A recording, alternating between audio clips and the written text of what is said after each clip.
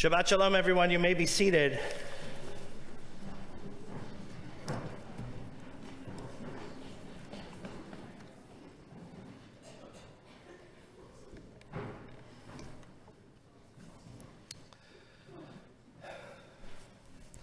There's a particular congregant of this synagogue who's been a congregant for over 60 years. And she and I have a very strong, respectful, and loving relationship. She's one of those congregants in the world of being a rabbi that you can do no wrong with. She's always in your corner. She's always rooting for you. She's always celebrating you. And she's always boosting you up to make you better. It's the kind of congregant that rabbis dream about. And she is very bright, very passionate, very committed to Judaism and the community as a whole, which made the one and only time I received a rebuke from her all the more stinging. It was in the time of the George Floyd episode in America, where George Floyd had been arrested and then subsequently killed by the police officer, and it led to all types of civil unrest and protests in the country for about at least 10 weeks, but for 4 weeks in its wake. I would get up, it was the middle of COVID, there were bar and bat mitzvahs, most people were tuning in online, and I would give a sermon on whatever the topic was, but I didn't talk about George Floyd. And this congregant, she wrote me an email and said, "Rabbi, I hate to share with you how disappointed I am that you have yet to speak about this topic." And this was language that she usually didn't share in general and didn't share towards me. So it bit a little bit. And of course, in my defensive manner, as opposed to taking on the chin, I wrote back and I said, well, the reason I haven't spoken about it is because I don't even know what to say. And she wrote me back and said, then say that. And true to form for this congregant, it was one of the most educational and elucidating and meaningful moments of correction that I've ever received as a rabbi, and I've received plenty. But it helped me so much. It helped me for a bunch of reasons, because first of all, when people who you know support you give you rebuke, it has even more value versus people who are just fetchy all the time. But equally, it tells us, and it told me, that as a rabbi and a community leader, that when we stay silent on important issues, people can interpret it as either indifference or as consent for the actions that happened. And you have to be very careful, because as a rabbi and community leader, you don't want that silence to be misinterpreted. And that is exactly what that congregant was telling me and what that congregant taught me. I share that story with you today because I'm in another such moment, another such crossroads in our Jewish world.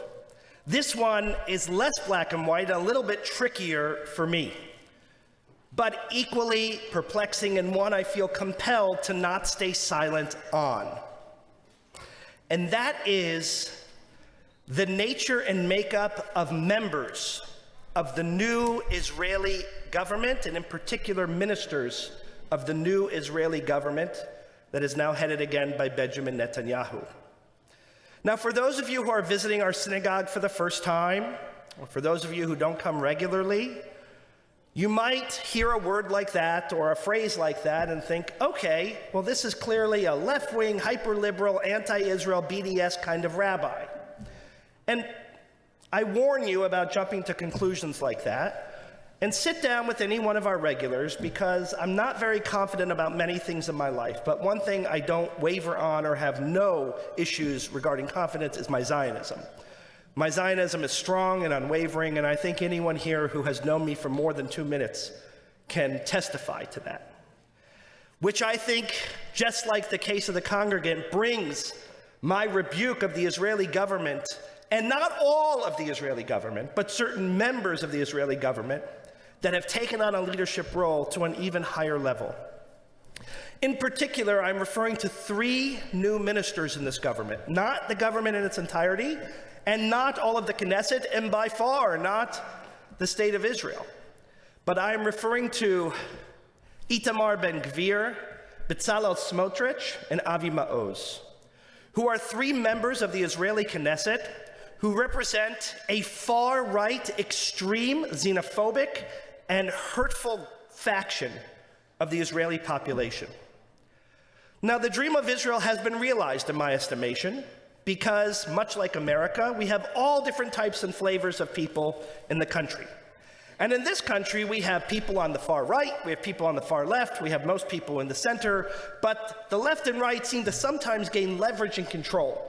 For those of you who might have read the paper or watched television or the news in the last 2 weeks, you might have read a story in America about how a very small faction, in this case, a very right-wing legislators in America, took control of an entire party in its direction and held them hostage to make particular concessions and decisions. That could happen just as easily on the other side of the aisle were the tables turned, but it happened in the Republican Party, and that is exactly what happened in the Knesset. Although it's a parliamentary system and it's not exactly apples to apples, more like apples to bananas, there's still fruit. This small faction of hyper right-wing, extreme members of parliament knew that if they were included in Bibi Netanyahu's Knesset to make the majority, they could leverage that moment for leadership roles, for ministerial roles, and without their support and help, he would not be able to form a government. They would go back to elections again. And this group did not have an absolute mandate by the country. In fact, the reason they won, much like we have this kind of intricate system of the Electoral College, they have the parliamentary system, is over a matter of 4,000 votes for 8 million citizens. So it's not this huge mandate that happened. Yet, they capitalized, they seized on the moment, and these three people are now ministers with significant portfolios in the current Knesset. Now, you might be saying to yourself, okay, well, what makes them so extreme? Who are they? What are they about? Well, someone like Itamar Ben-Gvir is a person who thinks that Palestinians should be arrested without cause. Does that remind you of a part of history just going in a different direction? For more than 15 years, Itamar Ben-Gvir had a large picture in his office of Baruch Goldstein, the Jewish terrorist who killed dozens of Palestinians at the Machpelah Mosque of the grave of the patriarchs, heralding him as a hero when he was nothing more than a terrorist. He thought that the actions of Yigal Amir should be applauded as opposed to someone who should go to jail and he should be considered for parole. And Smotrich and Maoz are just as extreme. They want to make it illegal for anyone to be LGBTQ in Israel, which ironically, it is the only country in the entire Middle East that allows it both in its military for someone to be LGBTQ, or for recognition, or for taxation, and all types of other recognition, way before America did, by the way. And they also are bringing to the question of who is a Jew and who is entitled to the right of return. And they have made it clear that they don't want Reform or conservative Jews to have recognition in Israel, and they don't want to have a place for them at the southern part of the Kotel to pray in any egalitarian fashion. These actions, for me and for others, cross a red line. And they cross a red line that tells us we are allowed to have different views of who we are politically. We are allowed and encouraged to have vibrant debate in America as to when life begins. And I know, through the lens of being Jewish, when Judaism tells us life begins. And I know that my colleague and neighbor down the street at the Catholic Church has a totally different appreciation through his lens of understanding at when life begins. And I can respect that and understand that. And that is open to vigorous and vibrant debate. We could and we should have vigorous and vibrant debate as to whether we should have a bigger government or a smaller government. We could and we should have a vibrant and vigorous debate as to whether the best way to move forward with the dangers of Iran is through diplomacy or through military action.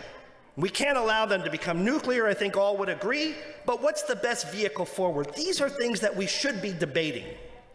But when it comes to the dignity of any other human being, when it comes to their worth, there we shouldn't be debating. That's a red line.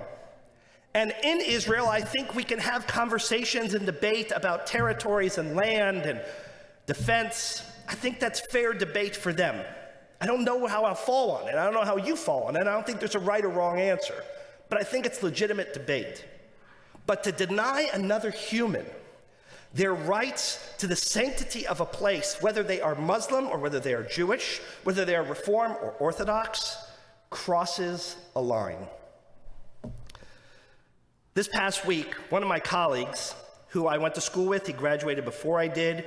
He was actually my assistant dean for a while, and he's a fantastic person and a good rabbi, fell victim to a salacious headline that in no way represents the reality. Much like I warned all of you, if I were to say this one line, what you might come to the conclusion of were I to speak about Israel. And the title of the article in the Jewish newspaper about my friend Rabbi Jeremy Kalmanovsky said, "See why this rabbi stopped saying the prayer for the state of Israel." That's a pretty big comment. And I did what most of you would do. I was no different.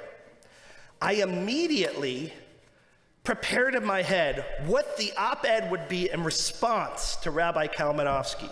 How dare he jettison the prayer for the state of Israel? How dare he jettison his support? Did he stop saying a prayer for America when elected officials he didn't like rose to office? How dare he just say that my love for the land of Israel is absolutely conditional? What a shame of something to do. And then I did what very few people do. I read the article, past the headline. And what I realized is that the article did not represent those views at all. It was what we refer to in today's day as clickbait, and it worked. And we jumped to a conclusion before we had its details, its background. And what Rabbi Kalmanovsky said is, and I'm paraphrasing him, but you can read the article. He said, look, I'm not a big fan of Benjamin Netanyahu. I wouldn't have voted for him were I to vote in Israel.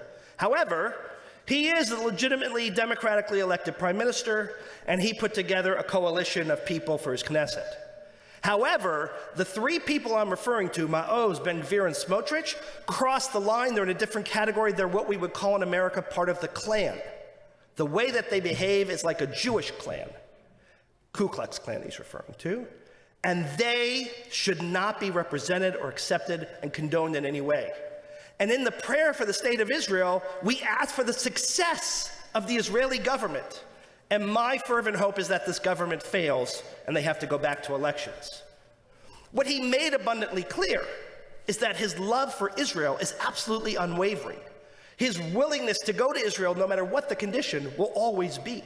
He will always stand in support with the state of Israel. But he felt it incumbent upon him to not stay silent while there were those representing the Jewish state that didn't represent Jewish values. And that is the paradox, that is the crossroads, that is the conundrum that I find myself in too. You see, Jewish values are very wide.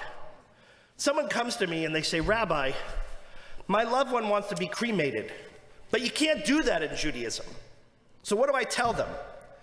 I say, well, you take them out for a non-kosher meal, they eat some lobster, and you discuss it with them.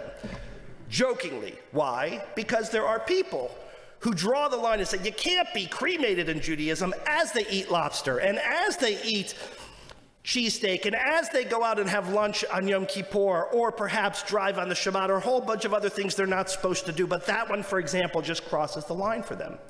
Meaning, we are a pluralistic group. We have a breadth of opinions. But for some people, those lines cross at other places. And for Rabbi Kalmanovsky in particular, this idea, this notion of what that line is for our people had been crossed when these people were given a ministerial post. Not that they were part of the Knesset, not that they were elected, but because they were elected and given minister roles, that it was condemnation of their views. And Rabbi Kalmanovsky felt he couldn't stay silent. And he couldn't make a prayer in good spirit that would pray for their successes, because their successes were against the values that he espoused as a Jew. So in its place, he is in the midst of trying to craft another prayer, and in its place, he's saying a prayer from Psalm 122 that prays for the peace of Jerusalem and all of its inhabitants, because he figures that that's a prayer for the state of Israel that doesn't speak about its particular government. And that's how he comes to grips with it. And I think it's a very thoughtful, very reasonable, very meaningful answer for something that hurts him. Personally, I'm not prepared to jettison our prayer for the state of Israel today. And I'm not prepared tomorrow to do it, because for me, I read that as the successes of the state of Israel and its government for the values that we espouse.